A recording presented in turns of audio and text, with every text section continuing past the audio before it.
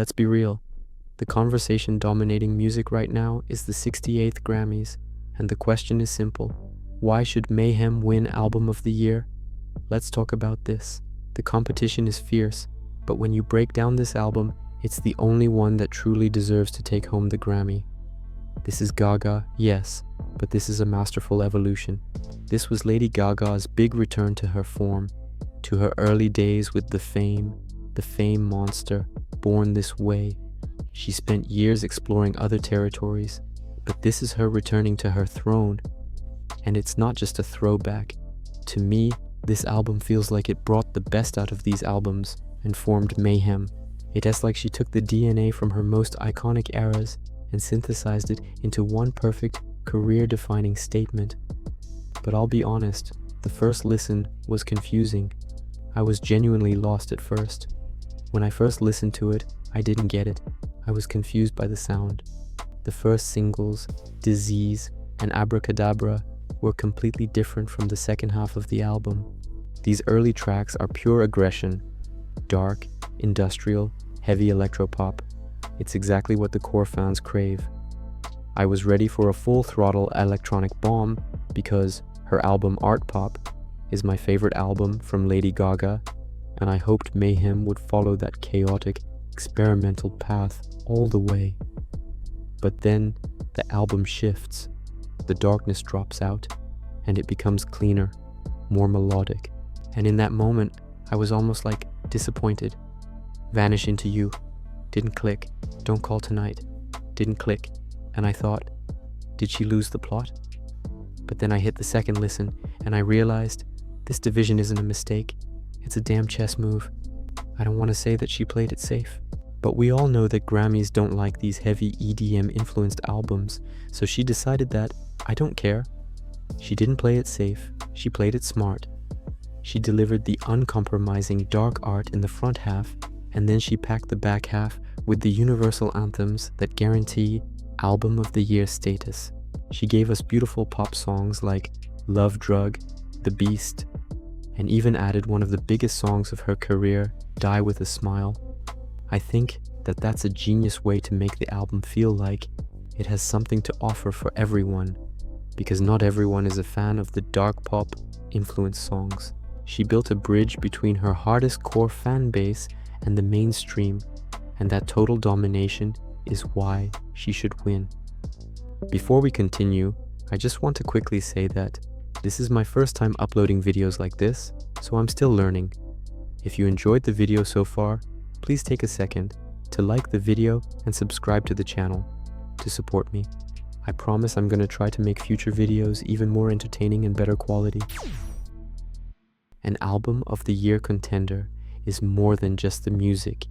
It's the cultural moment, and the Mayhem era exploded thanks to the live performances.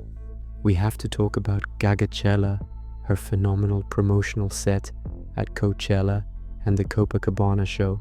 These weren't just concerts, they were the visual, dramatic, and theatrical realization of the album's entire concept.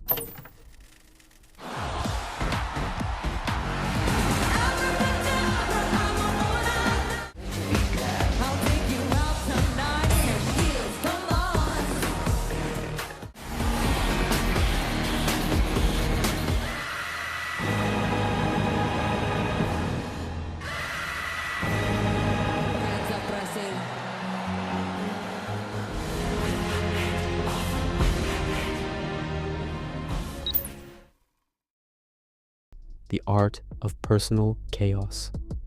The performances make the album even better. They are the perfect set design for the music. Suddenly, the chaotic shifts in tone, from the heavy-hitting Disease to the massive anthem, The Beast, make perfect sense because the show mirrors the album's dramatic arc. Seeing her perform Perfect Celebrity live with that visual narrative of Stefani versus Gaga gives the song the dramatic weight it deserves. The audience reaction, like the millions singing Abracadabra back to her in Copacabana, cements the album's global impact. When you judge an album for Album of the Year, you judge the whole picture, and the sheer scale and artistic vision of the Mayhem live experience are undeniable factors that point straight to the trophy. Let's dive into the writing, because conceptually, this album is almost flawless. It's all about identity and the friction between the self and the art. Even the lyrical content, the concept of perfect celebrity that Stefani Germanotta is constantly feeling Lady Gaga in the back of her mind, waiting for her to come out. It's just perfect. She's telling us a deeply personal story about the person behind the mask, a concept Grammys love to reward. And the sound is so clever because she's pulling from her own legacy, which has had a massive rebirth. In the last few years, a lot of her songs have kind of had a resurgence on TikTok. Judas, Bloody Mary, Government Hooker, Heavy Metal Lover all became really popular on TikTok. She knows what's resonating. That social awareness is why the early tracks sound familiar. I think that, for example, Disease is really similar to Bloody Mary. Sound-wise, the same goes with Abracadabra. It's really similar to Judas. But this is key. That is not a bad thing, because the songs themselves are really good on their own. It's like a brand new version of something really good. She refined the recipe. She didn't rehash it.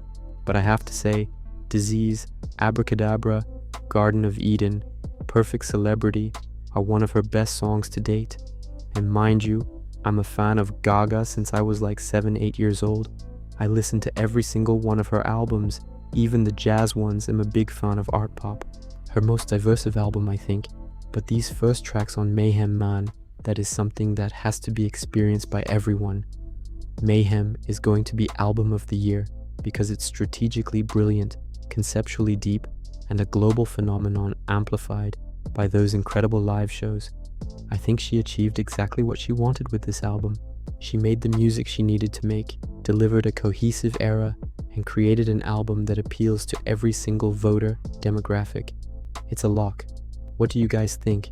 Is Mayhem a guaranteed winner, or is there another album that might steal the trophy? Let me know down in the comments. Don't forget to like and subscribe.